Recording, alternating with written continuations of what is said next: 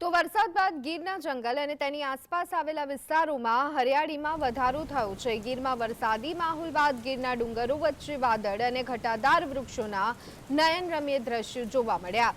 તુલસી શ્યામ પાસે પણ આ પ્રકારના દ્રશ્યો જોવા મળ્યા હતા।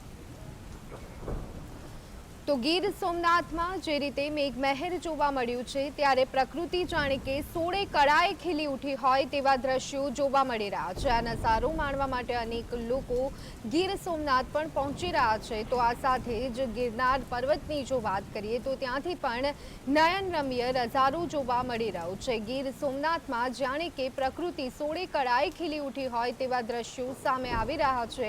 ઘટાદાર વૃક્ષોના નયનરમ્ય દ્રશ્યો જોવા મળી રહ્યા છે। તો આ સંદર્ભે વધુ વિગત મેળવી લઈએ। અમારા સંવાદદાતા જયેશ અમારી સાથે ફોન લાઈન પર જોડાઈ ગયા છે।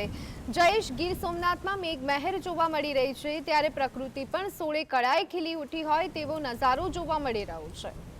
સમગ્ર પંથકમાં સમગ્ર જિલ્લામાં વાત કરીએ તો 1 થી 1.5 ઇંચ જેટલો વરસાદ પડ્યો હતો, જ્યારે